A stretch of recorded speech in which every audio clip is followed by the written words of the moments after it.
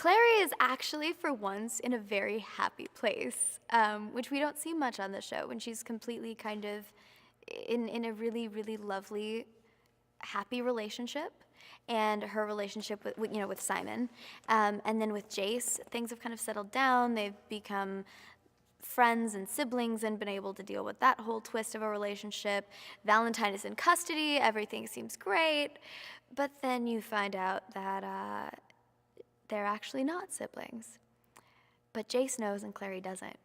So it's the whole peril of, will he tell her? How's she gonna take it? Will he keep it from her? Would that be worse? And then also, Jace and Simon have gotten closer too, and Jace knows how happy Simon makes Clary. And so he doesn't want to get in the way of Clary's happiness or step on Simon's toes or ruin anything that they all have together. But Jace still feels the same way about Clary that he always has, and Clary still has feelings for Jace in a way. So there's that triangle there that has come back into play in full force, and that weighs heavily on all of their relationships in 2B. Jace and Clary's angelic abilities express themselves in different ways. We've seen Clary create new runes, and these runes are, incredibly powerful and have never been seen before by any Shadowhunter. They've never been used. They come directly sort of from the angel and, well, from Ethereal, but from different angels or different forces directly to Clary, and she's able to draw them and use them when she connects in a certain way.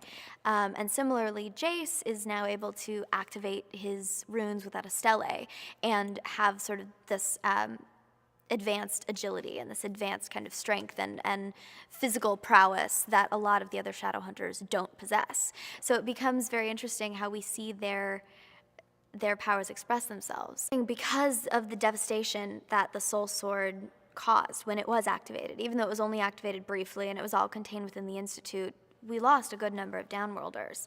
And a lot of the Downworlders will blame Jace, will blame Clary, will blame the Shadowhunters as a whole for that happening. And even though Clary has deactivated the sword, it's still a bit fuzzy as to what that means and, the possession of the sword and how that affects everything. But through that, it creates this immense pressure on the world because there's this divisiveness, if you will, and this sort of this energy in the air and this spark that things are about to explode. And if anything tips, if anything shifts, if anything, it's like a ticking time bomb in a sense that there is going to be a confrontation. And it's about having to diffuse that and try and control what information gets out there. The guilt is kind of paramount to none. Like it's really the worst he's ever felt. And, he has this tremendous responsibility, superfluous of the fact that he knows and understands that Valentine was contorting his mind and his decisions and his morality. He understands that, but he was still the one who put his hand on the sword. He activated it. It was his plan, and his plan went wrong. And he was responsible for those deaths, and that is something that really doesn't go away. Like, we're only on episode 16, and that hasn't gone anywhere yet. That guilt is always there. And almost driving him to make the right decisions and fix things. We do go through some real trials and tribulations with these three.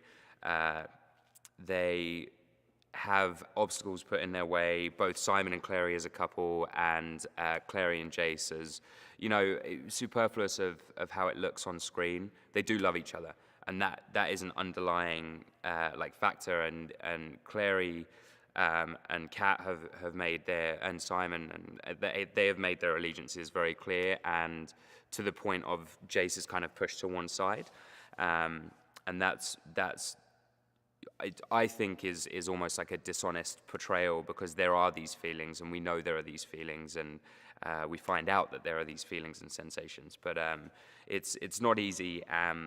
And what I like about it is, interestingly, it doesn't really change the dynamic between Simon and Jace, which I like, because they don't blame each other.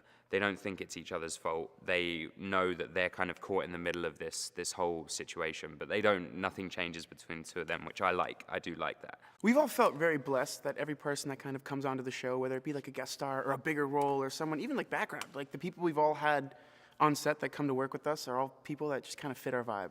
And Will perfectly fits our vibe. He's super cool, down to earth, smart, fun, very talented actor.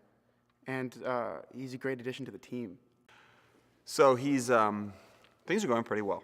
He's got his sister out of her situation with the infant, so he's working now towards solving that. He's got he's told the person he loves that he loves them, and he's got Valentine captured and stuck in his basement of the Institute. Things are looking up Alec, but we know that things are going to go very poorly, obviously, because it's Shadowhunters, and that's how things go. The position he has felt, I guess, in the past that he was born to take over, but I think that, I wonder if Alec's heart is really in it, because I think that Alec is a great leader, but I think that there's a lot of, at the moment, there's a lot of other things that are going on with Valentine that maybe his time would be better spent in a less authoritarian role.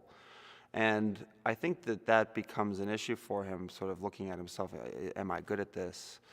Is this really where I should be right now, or should I be sort of helping Jace and Clary and Izzy on their missions and being more involved in that? So Izzy is the first character to meet Sebastian. It's very interesting because they bond in a very unique way.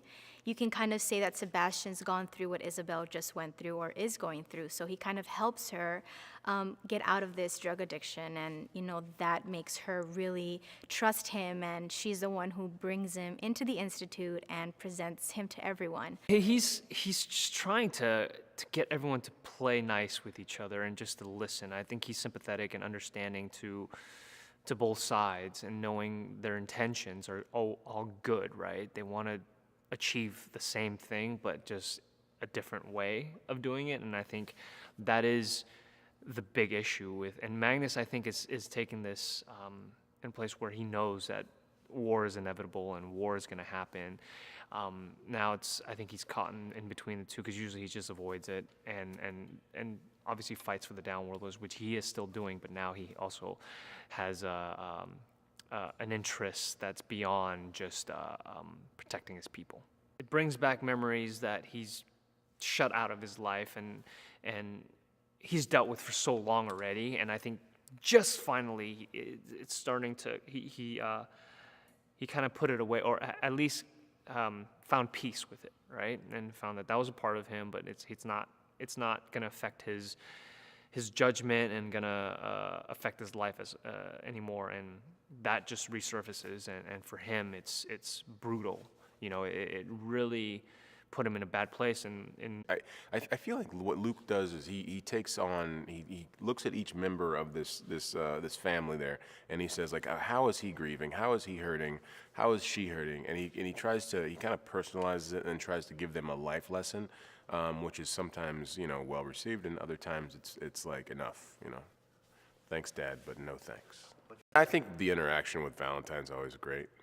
That's always a fun thing. I wish there was more of it, but what we do have is rich and full of life and possibly full of death.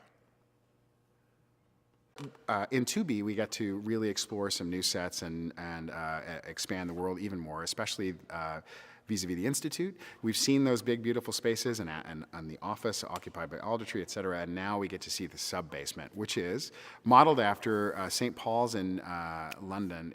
If you go to St. Paul's or any major cathedral, they have the sub-basements with crypts, et cetera, and they've basically taken, those crypts exist in this same church at the Institute, and they fashioned cells, kind of like Westworld-type cells, into the basement. So we see taking a nod from Hannibal Lecter and Westworld, and putting our friend Valentine, depends on whose side you're on, into that environment. So we really get to see when they capture people, what do they do?